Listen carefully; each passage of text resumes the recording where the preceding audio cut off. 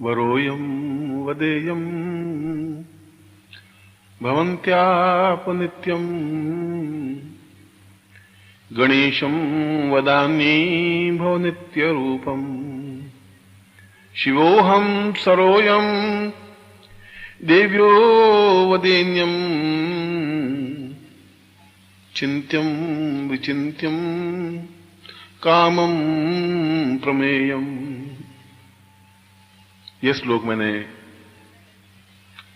अनंगोपनिषद से लिया है। और अनंग कहते हैं जिसका कोई अंग नहीं हो। अनंग का नाम है कामदेव। अनंग का तात्पर्य है गृहस्थ जीवन। अनंग का तात्पर्य है पुत्र पौत्र। अनंग का तात्पर्य है, अर्थ है कि हमारे जीवन में हमारे वंश बढ़ता रहे, और पूरे वंश को अनंग कहते हैं। और इसलिए कि हमारे जीवन में जो कुछ है और पूरे जीवन का सार है तो वह अनंग है। सार इसलिए है कि जीवन की 3 अवस्थाएं मानी गई हैं, बाल्यावस्था, फिर यौवनावस्था और फिर वृद्धावस्था। और तीनों अवस्थाओं का जो क्रीम पीरियड है, जो महत्वपूर्ण पीरियड है, जिसमें बड़ा तूफान होता है, वेग होता है, काम करने की क्षमता होती है, वह यौवन का पीरियड है। और यौवन अपने आप में संपूर्ण जीवन का एक सारभूत तथ्य है। लोग कहते हैं कि हमने अपनी जवानी में ये काम किए थे, अब तो खैर बूढ़े हो गए, अब क्या करें, मगर हमने भी ये किए थे। अगर वो गर्व से कोई बात कहता है तो वो उसके यौवनावस्था में ही हो सकता है, क्योंकि उसमें एक जोश होता है, एक प्रचंड क्षमता होती है, कार्य करने की धुन होती है, लगन होती है, और वो सब कुछ कर सकने की क्षमता, तात्पर्य, चिंतन, विचार, धारणा होती है। न बाल्यावस्था में हो सकता है क्योंकि उसमें अबोध होता है, ज्ञान नहीं होता। और यदि करे भी तो लोग कहते हैं साला बदमाश है, लुच्चाई करता है, लफंगाई करता है, कि साला गंदा आदमी है, घटिया आदमी है। जवान आदमी करे तो इतना बुरा नहीं कहलाता जितना बचपन में कह दिया जाता है। और बुढ़ा आदमी अगर कुछ करे तो लोग कहते हैं साले मत मारी गई है, साला अब देखो बुढ़ा हो गया, अभी साला बंदर की तरह उछल रहा है, तो भी नहीं करता। जवान कूदे तो कहते जवान ही है तो करेगा ही, ऐसी थोड़ी बात है, करेगा नहीं, मर थोड़ी जाएगा। इसलिए जीवन के किसी प्रकार के हिस्से को, चिंतन को जवानी कहते हैं। और यदि जवानी आपके पूरे जीवन से निकाल दी जाए तो फिर जीवन में कुछ बचेगा ही नहीं। न वेग, न जोश, न काम करने की भावना, न क्षमता, न ऊंचा उठने की क्षमता, न ताकत। यदि आप किसी को, और आज का जो युग है, उस युग में मनुष्य की अवस्था 60 वर्ष लिमिट कर दी गई है। 60 वर्ष के बाद में तो जिंदा रहते होंगे, मैं नहीं कह सकता जिंदा नहीं रहते हैं, पर गिने चुने जिंदा रहते होंगे। और यदि कोई 65 साल का आदमी चला जाए और पूछे कि आप कितने साल के, कि 65 साल के, आप 65 साल के हैं अभी, अच्छा हैं। 70 साल के को गलत नहीं करने करेगा, और कहे कि 70 साल के हैं, सर आप जिंदा है अभी, अरे कमाल हो गया, आप अभी तक जिंदा है, 70 साल के हो गए क्या, कि भैया 70 साल का हो गया, मरा नहीं इसलिए जिंदा हूं, हो नहीं सकता। अच्छा खैर सर, अब 70 साल में हम आश्चर्य करते हैं कि 70 साल में जिंदा कैसे रह गया। और वो भी कहते हैं कि बस ठीक है, अब हम क्या हैं, अब जाने वाले हैं भैया, 60 के ऊपर एक कदम रख दिया है, कब गुड़क जाए कुछ, वो भी निश्चिंत है कि अब मैं जिंदा नहीं रहूंगा ज्यादा। यानी दोनों तरफ से आदमी ने अपनी 60 वर्ष की आयु को बांध दिया है। और आदमी की बाल्यावस्था 25 साल 24 साल तक चलती है। उसके बाद में तुम्हारे पास रह गए 30 वर्ष। 30 वर्ष में 15 वर्ष गए नींद में, पीछे रहे 15 वर्ष पूरी जिंदगी में। 15 वर्ष में आपने 8 घंटे की नौकरी के हिसाब से ही करें तो 8 साल नौकरी के चले गए। कुल आपके जिंदगी के जवानी के पीरियड 6 साल 6.5 साल रहे, ये गणित हमारी। और 6.5 साल में तुम मरते गुड़ते जैसे कुछ करो तो जिंदगी तुम्हारी नहीं हो सकती। ये मैंने गणित इसलिए कही है कि हमारी जब जीवन का अर्थ लिमिट में आ गया, संकीर्ण हो गया है, उस समय जवानी का अर्थ भी सीमित हो गया है।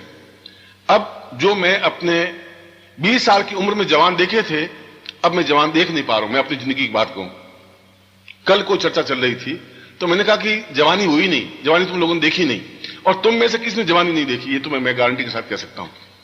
आजकल तो 24 साल का तो आदमी अपने आप को बहुत जवान मानता है, कहता है ये साला जवान हो गया है।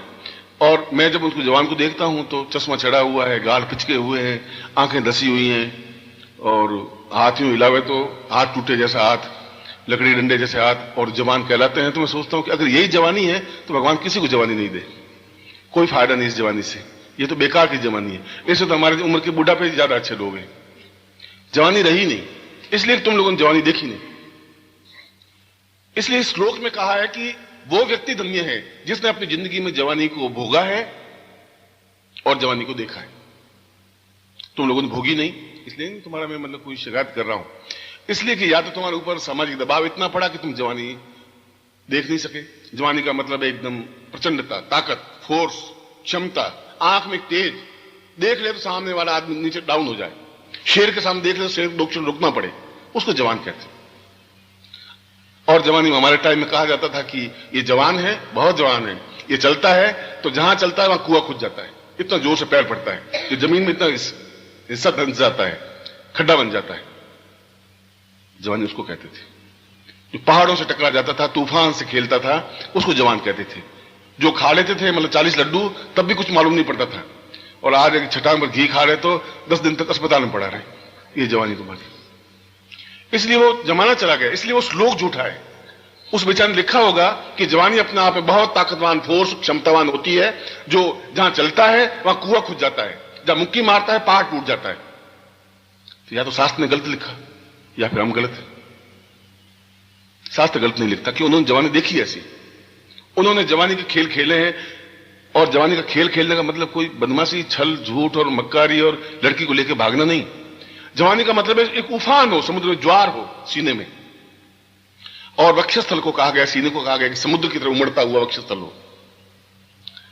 और कैसा होना चाहिए, तो कल आप स्नान करते समय शीशे में अपने सीने को देख लेना कि समुद्र उफान के जैसा है तुम्हारा वक्षस्थल, कि पिचका हुआ, कहीं मरा हुआ सा कोई है जरूर टुकड़ा कोई सीने का, ऐसा है।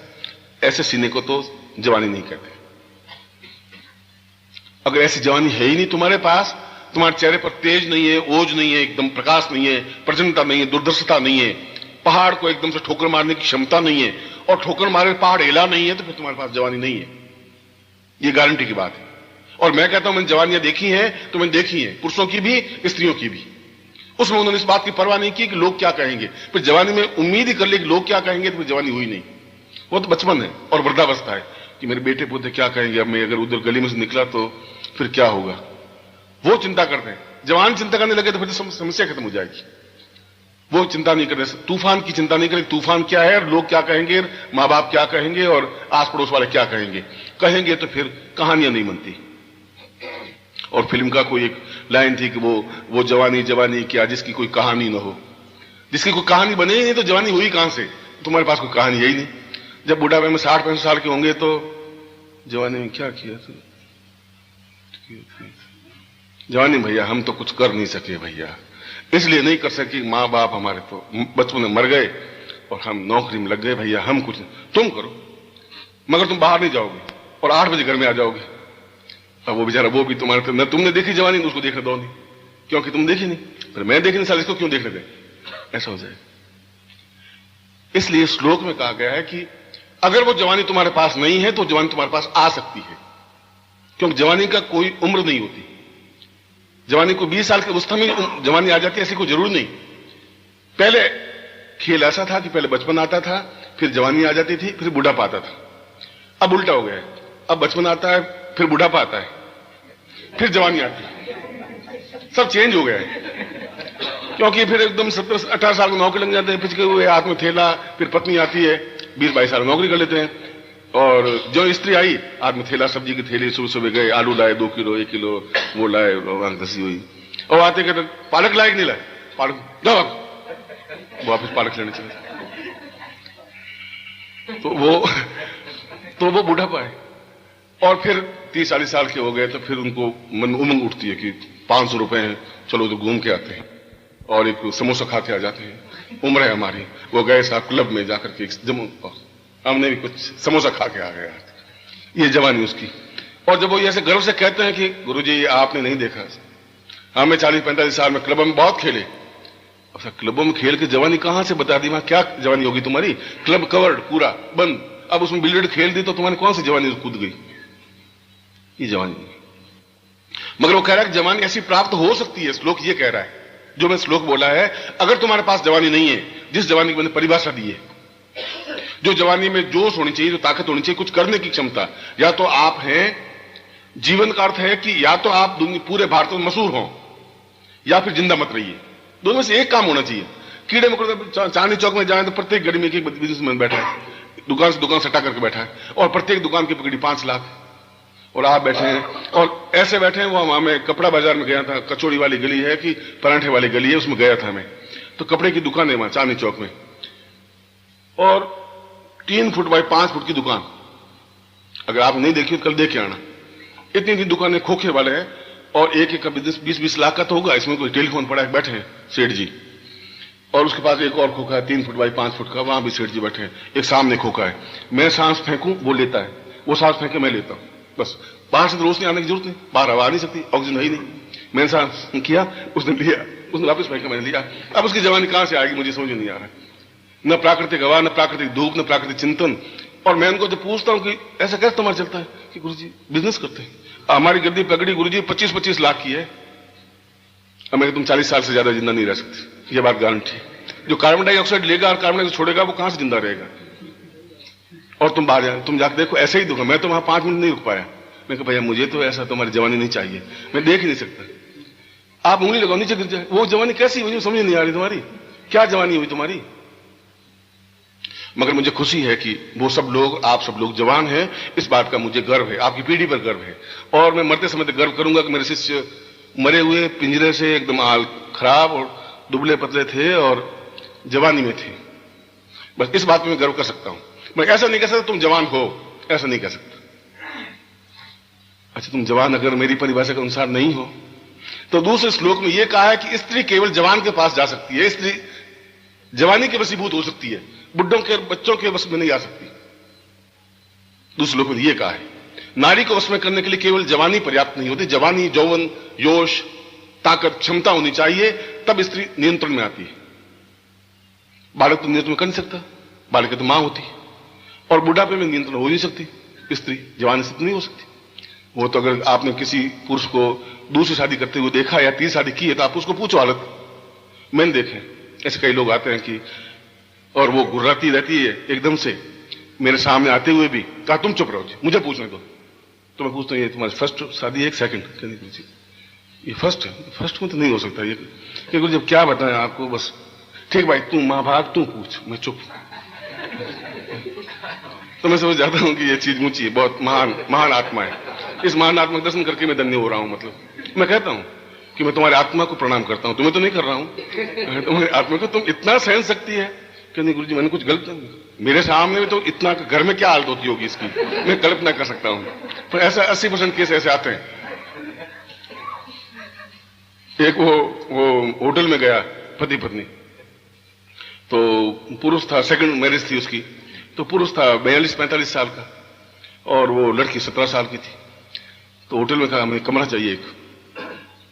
तो होटल वाले ने सोचा साला कोई भगा के लाया लड़की, ये 17-18 साल की, ये 45-42 साल का, तौन बड़ी हुई, साला ये क्या खेल। तो उसने कहा कि ये कौन है तुम्हारी? उनका मेरी वाइफ है। तो वाइफ, ये तुम्हारी वाइफ? तो जितने बोलते क्यों नहीं हो, अभी शादी की है 2 महीने पहले। मालूम पड़ गया तुम पत्नी है। ऐसा कोई बोल नहीं सकती, तो जोर से बोलने वाली पत्नी ही हो सकती है और कोई नहीं हो सकती। कोई गारंटी की जरूरत नहीं अब तुम्हारे।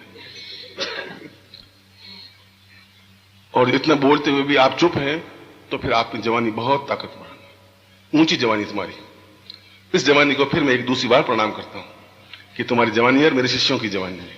मगर ऐसे जवान हिमालय पर नहीं चढ़ सकते, ऐसे जवान समुद्र को फलांग नहीं सकते, ऐसे जवान को नया कुछ नहीं कर सकते, कुछ ऐसी क्षमता नहीं कर सकते जो दूसरी में कहा कि व्यक्ति वो जिंदगी है, व्यक्ति उसको कहते हैं जो पूरे भारतवर्ष में मशहूर हो, जिस देश में पैदा हो उस देश में उंगलियों पर गिनने लायक हो, वह व्यक्तित्व है होता है।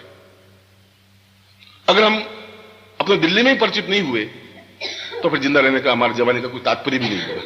हम कुछ काम करें, चाहे व्यापार के क्षेत्र में, चाहे नौकरी के क्षेत्र में, चाहे कार्य के क्षेत्र में, किसी भी क्षेत्र में हो, कोई एक क्षेत्र, ज्योतिष हो, कर्मकांड हो, चाहे गुंडागिर्दी भी हो, चाहे शेयर मार्केट का हो, तो बंबई वाला वैसा, हर्षद वैसा होना चाहिए, बस खत्म।